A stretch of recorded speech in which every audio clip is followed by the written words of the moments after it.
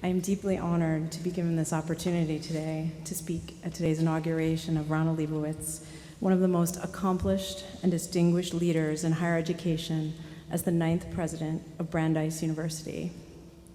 As you heard, I am a scientist and engineer at MIT. I'm also the founder of a program at MIT, the MIT MISTI Israel program, which I founded about a decade ago, where we have sent hundreds of students to Israel to experience the technological ecosystem as well as the amazing culture there as well.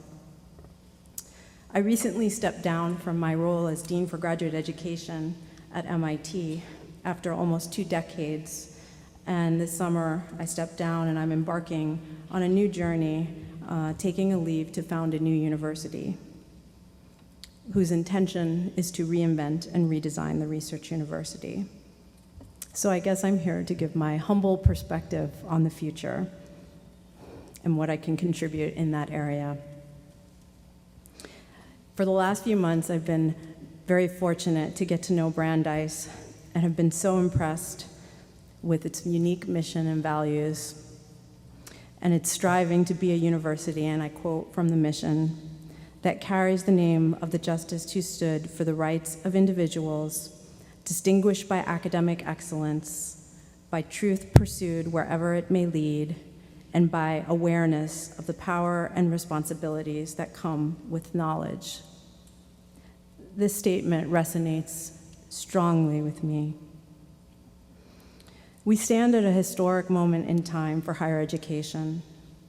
As you heard, a time of great change, of uncertainty, of challenge, but also a time of enormous opportunities. Ron Leibowitz has dedicated his life to this great calling of advancing education and research. And his impact will greatly benefit the students, faculty, and staff here at Brandeis. But it will also has potential to greatly impact well beyond the campus borders, because what we do on our individual campuses now can go worldwide. In the time I've gotten to know Ron, I have come to understand and appreciate his vast depth of knowledge in higher education, and as you heard before, his collaborative and warm leadership style, his strategic thinking, his commitment to curricular excellence, his optimism, and his openness to innovation. And that last part is probably a testament to why I was invited to speak here. As Brandeis seeks to chart its future in a very uncertain, dynamically changing, and fragile world, there is no better person than Ron to lead it boldly forward into new directions, to strengthen its foundation, and to reinforce its founding values of social justice, cultural diversity, academic excellence, research, and community, which are all more relevant today than they were at the founding. I've been so inspired by Brandeis and as a relatively young university to understand the founders and the mission and the values. And again, they resonate so strongly with me and are part of the motivation why I made my decision to pursue this new endeavor. As a research university, Brandeis is a particularly special institution that is part of a small and absolutely critical cohort of higher education.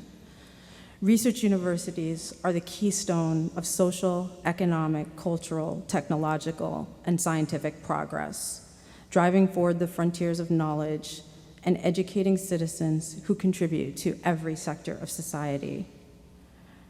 As all of you know, our research universities are facing disruptive change and great strain. This isn't coming, it's here at our doorstep. Ron deeply understands these drivers of change and how they can provide an enormous opportunity for Brandeis to take a leadership role as it embarks in the 21st century and sets a foundation for the new millennium. I'd like to highlight 4 of these areas in particular: educational technology, inter and transdisciplinary research, access and globalization, and briefly, financial strain. Technology, my background, and more specifically, educational technology is accelerating at huge speeds. We are just beginning to understand how to integrate educational technology into our institutions, how to create an infrastructure, an ecosystem of experimentation and continuous development for the benefit of our students, while still ensuring that the core of education remains a fundamentally humanistic endeavor. There is an emerging interdisciplinary field of the learning sciences, which integrates brain and cognitive science, computer science, data analytics, linguistics, engineering, and education. And it's up to us to foster this new field, again, for the benefit of our students. Personalized learning, the customization of content, learning, sequencing, pace, delivery, pedagogy, and environment to individual students' background, interest, goals, knowledge, and competencies is being pursued aggressively at the K-12 level and holds great potential for advances in post-secondary education. For example, the reduction or the elimination of race, gender, and income-based disparities in educational outcomes. In addition, personalized learning holds great unexplored potential for the design of emerging integrated transdisciplinary education and the dynamic adaptation of curricula to these emerging trends. Regarding research, one of the core values of our institutions, there are huge revolutions taking place in computation, information, connectivity, biomedicine, and simultaneously humanity faces great challenges of immense complexity: the eradication of disease, the elimination of poverty, the development of sustainable energy, the assurance of national and global security, and the construction of smart and sustainable cities. Computation is now permeating all fields. Demand for computer science education is exploding around the nation and the world. We're entering an era where science, technology, and humanity must more closely intertwine. Emerging technologies such as artificial intelligence, genetic engineering, autonomous transportation, sustainable energy hold great potential, but also have significant ethical, cultural, and social implications that the next generation of students, scholars, and citizens will need to deeply and fully comprehend. Simultaneously, fields are becoming more transdisciplinary, incorporating aspects of multiple disciplines, and they are on the precipice of enormous growth. For example, civic technologies, precision medicine, intelligent cities, social computing, and many, many more. Curricula will need to evolve much faster to be able to educate students at these frontiers, and mechanisms will need to be put in place to foster scholarship at the interface of these multiple disciplines. Simultaneously, only 65% of the world population and 60% of the US population has a post-secondary education. And this statistic reflects massive inequity and disparities in access by income, which still exists today. The demand for education worldwide is growing, and the next billion people are coming online, so this demand will only increase further.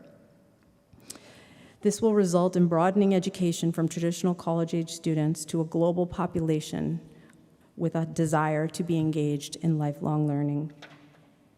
As this demand grows, there's very little conversation on how we will ensure that access to research universities also grows. How will our research universities continue to evolve in response to globalization? The historic concept of the ivory tower of education and research occurring in isolation from society is no longer relevant or appropriate for the rising tide of global collaboration, global markets and industries, and collective intelligence. Lastly, we are facing the reality that the traditional financial model of higher education in the US and increases in tuition are unsustainable. In the last few months, I've traveled around the world visiting and learning about international higher education systems. And to many, the US educational financial model is pretty unbelievable. There's no silver bullet for existing universities, only deep analysis, creative exploration of new opportunities, and strategic decision-making. While I have chosen to approach these forces of change by building a new educational institution from the ground up, I find strong kinship with Brandeis's youth, its founders, its mission, and its aspirations. And I'm so thrilled that Brandeis has selected Ron as its 9th president.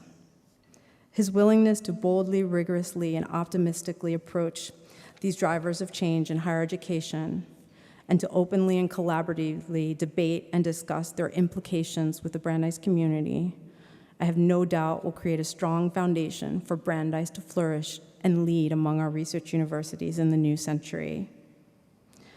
Again, there's no greater calling than to educate students and to drive forward the frontiers of knowledge.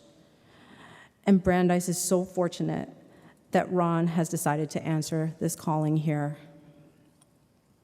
Ron, I wish you all the best in your presidential tenure and look forward to learning from you what you do here at Brandeis collaboratively and to working with you to advance higher education nationally and globally.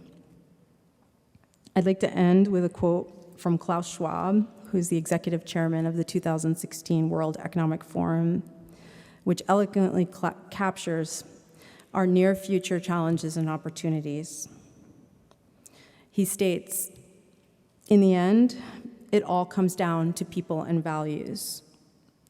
We need to shape a future that works for all of us by putting people first and empowering them. In its most pessimistic, dehumanized form, the upcoming fourth industrial revolution may indeed have the potential to robotize humanity and thus to deprive us of our heart and soul.